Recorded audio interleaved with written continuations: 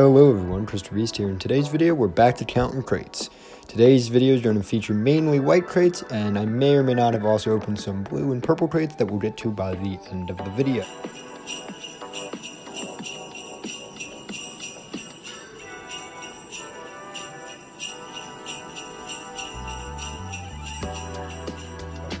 Starting off with these white crates, I want to get a little disclaimer out here that anyone who's seen my previous white crate video about white crate frequency back in 5.0 knows that I understand only 50 crates isn't the entire picture.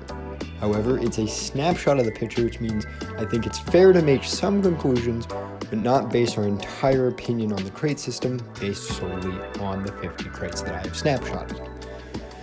But moving on, let's get right into this data, alright? So, starting off, we're going to start with the weapons. Weapons historically have had a lot of their points consumed by a few weapons. These weapons being the AKM, the M16, and the IZH.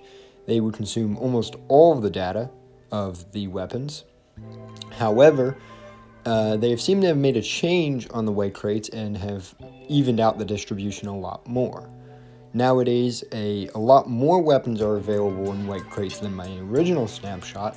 However, you get a whole lot less of the original weapons, such as the M16, the AKM, and the IZH. These now spawn in far lower amounts and have far less spawns. Some would argue this is a bad thing, but I would say it's a good thing.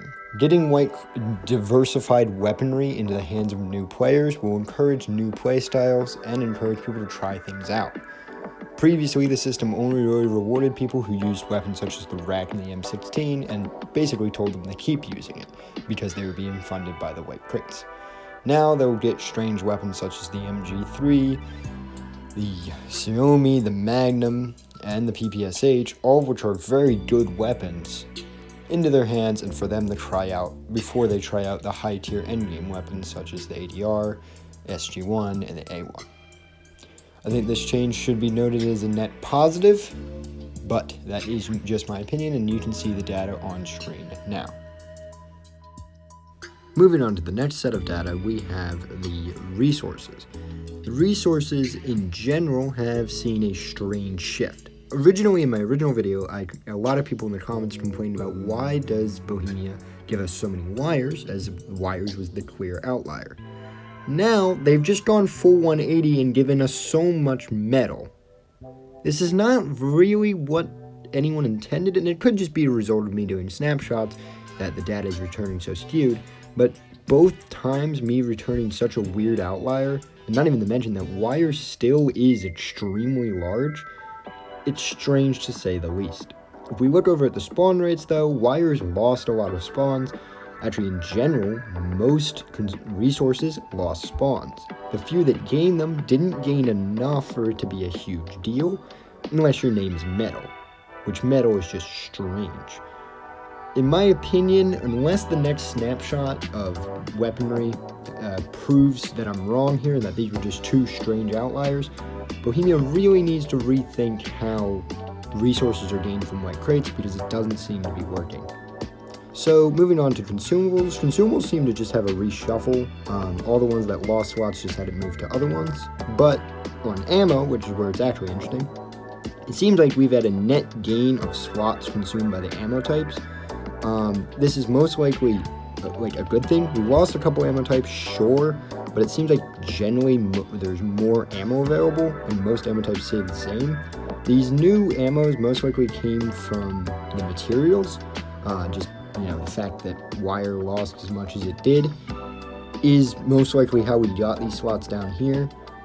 I mean, it could be coming from other places that lost, but I'm going to take my bet that just the material loss, the wire loss, the 5 slots from wire, have filtered down into the ammo types, which is something that's good. It will give more people the ability to, actually run their weapons, with large amounts of ammo.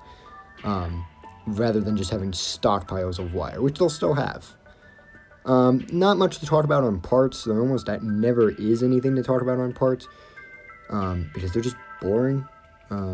Really nothing to say.